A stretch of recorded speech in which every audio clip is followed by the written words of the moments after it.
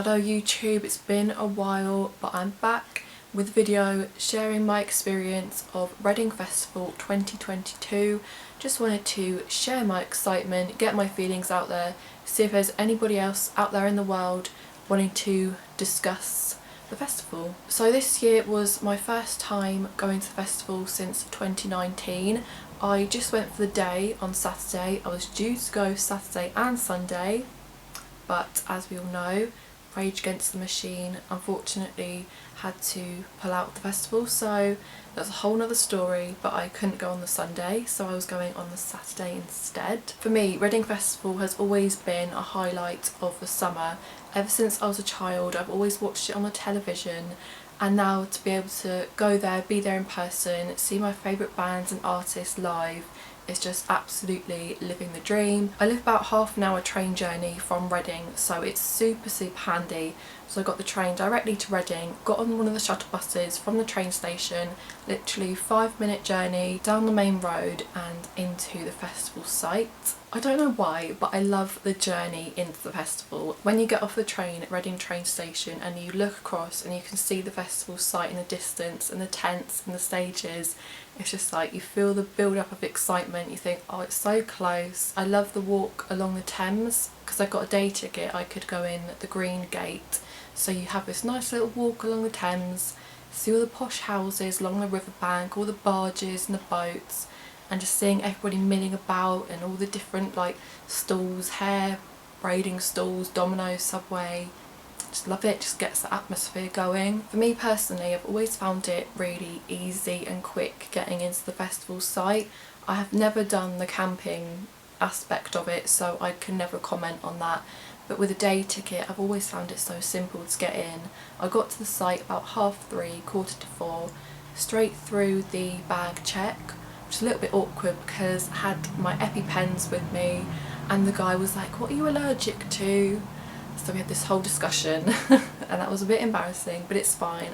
I was a bit paranoid about people questioning it, but I got in and straight into the wristband section, straight away scanned my ticket, wristband on, which I actually think is such a lovely colour this year for the Saturday, really nice. So once you've got your wristband, you go straight through the green camping area, which is just absolutely buzzing in there. There's so much going on, which could be a bit overwhelming for people because suddenly you've gone from walking by the Thames to people everywhere, music, just dust, everything going on. But there's a bit of a build up at the gates into the arena, but it's fine. It didn't take more than a minute to get in, but yeah, sometimes when it's busy there will be a build up around there. I have to say that when I got into the arena I was a bit like, right, where am I? Where is everything? What's going on? Because last time I went to the festival the layout was quite different. There was still only the one main stage, there was the pit, there was the Radio 1 stage, the dance tent was on the other side of the field, so the layout was really quite different this time. I feel like it's quite a shame that the pit stage is gone, as I used to love that tent. It was really good atmosphere in there, really good acts in there as well. I would say that it is a lot easier with two main stages, the east and the west at either end of the fields, because you can just so quickly walk in between each one, and there was about 10-minute gaps in between each person on the stages, so that was a lot easier. That it did feel like you could go across the tents and the stages and the food and bars a lot quicker with the way that it was set out, but it meant that in the day I didn't go over to the further side of the field, so I didn't look at anything over there. I would say as well that when I went towards the dance tent with the fun fair as well, I personally found that bit like really crowded, whereas before it used to be so much more spread out in the toilets and the water and everything. Just around there just felt a bit like overcrowded. It is what it is, it's fine, it didn't ruin the experience. I'll put some different video clips in for you to see of the different people that I saw on the Saturday. I'm sure they'll speak for themselves, so I don't have to describe everything. Some of the videos will have flashing images, so if you are sensitive to light and flashing images, please either skip through or just come off the video. So the first person that I saw was Tracey. Tracey Love and Direct.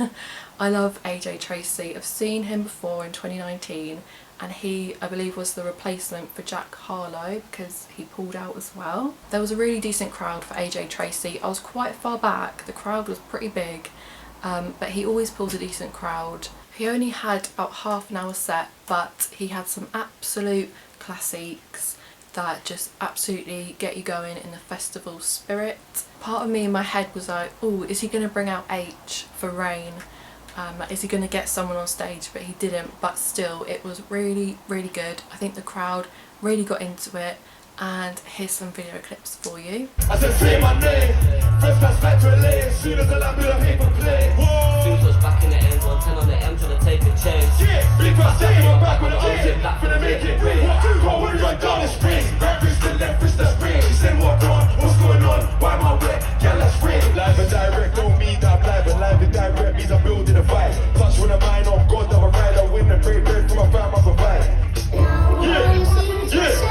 Yeah, let's go, yo, it's the hyper set, AJ Tracey live and direct, DJ mash up the dead, the microphone trap is live and direct, and again, it's the hyper set, DJ mash up the dead, the microphone trap is live and direct, say bubble, fighting that, cruise like a four-wheel driving that. Then literally 10 minutes later on the other main stage was Enter Shikari.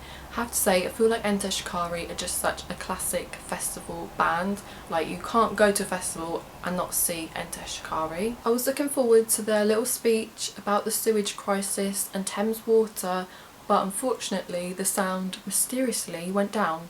I think it was a genuine technical error, but it did feel like a bit of a shame because they couldn't really finish their set properly. Like, you could see they were trying to say bye, and then they just had to leave the stage because the power just wasn't coming back on. But they are a classic festival band and a must see.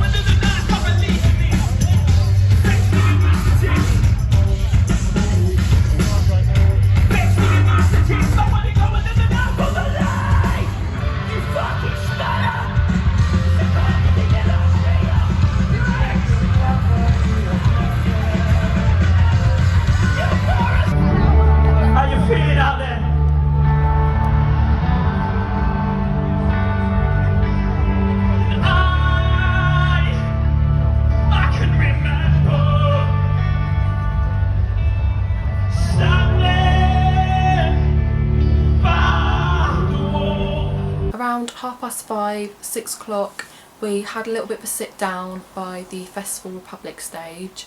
If you want a moment to just sit and chill, cool down, calm down, collect your thoughts, that is a good area to sit, sort of near the toilets, between the toilets and the Festival Republic stage, or between Festival Republic and the Radio 1 extra stage.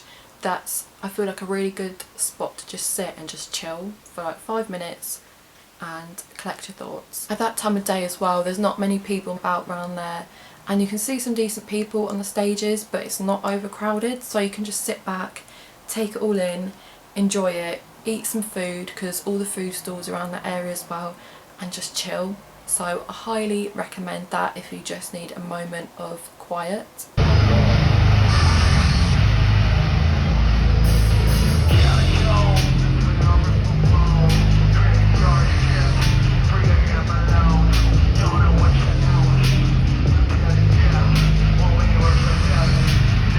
Then getting built up for the Pendulum secret set. One thing I love about Reading Festival is that they do have secret sets where people aren't on the lineup. There's little rumours, there might be a few posters up, and people are guessing and gossiping about who might be doing a secret set. So on the Friday I saw some rumours on Twitter about Pendulum possibly doing a secret set because there were posters up around the arena with a phone number on it that you could call or text, and it came through with a message hinting at a secret set. So when I got to the arena on Saturday, we were like, okay, there's the signs, is it going to happen? Who knows? Pendulum were big in like 2008, 2009, when I was at school, when I was young, and their music was so good then. I would definitely say that Pendulum were one of the highlights of my day. They were just incredible. Their music just, yeah, it just never gets old. It still sounds just as amazing. The light show was really, really good. It was quite steamy in the dance tent, not gonna lie, it was hot, but the crowd were absolutely loving it. You couldn't stand still, you had to get involved, and yeah, I would recommend seeing Pendulum if you ever get the opportunity.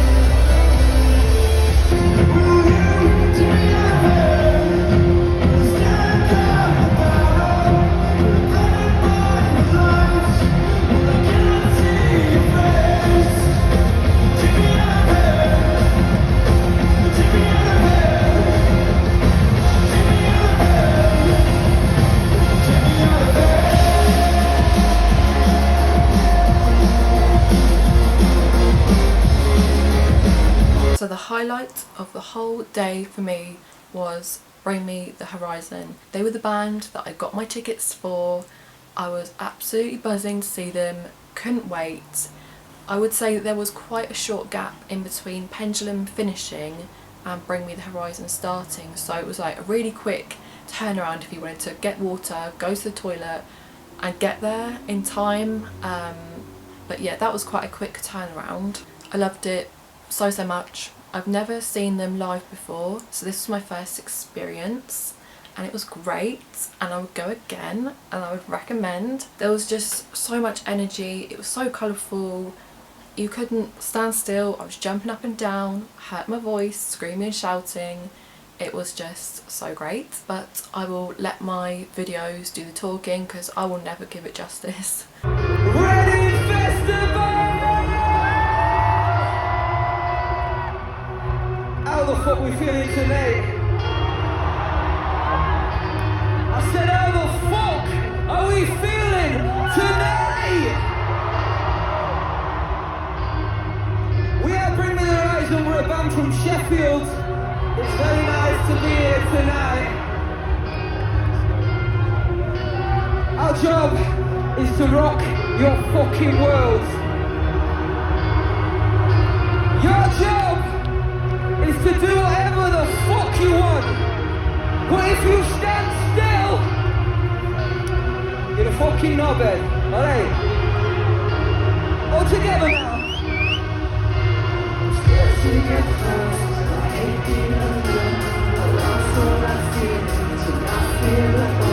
The higher I get, the lower I'll sink. I can't drown my demons, you know how to swim. No way! Say everybody jump!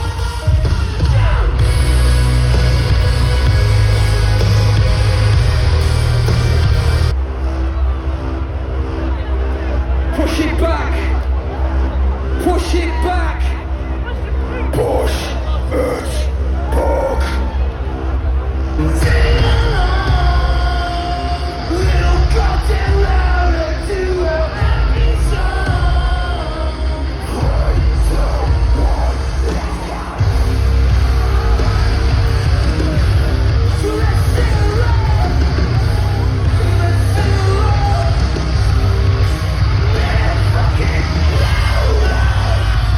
I did have a thought, because I know with the main headliners they do try and bring people out, you know, hype up the crowd, so I was thinking, they could bring out Youngblood, they could potentially bring out Baby Metal, that would be cool.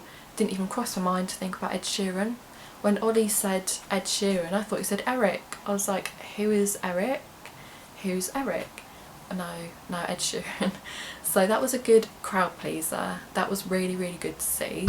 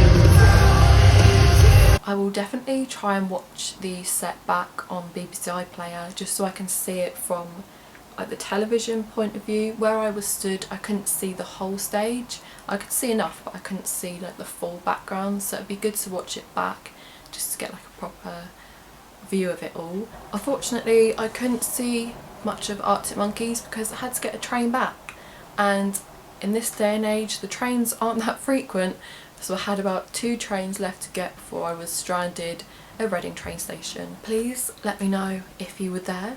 Were you there the whole weekend? Were you there for one day? Who was your favourite act?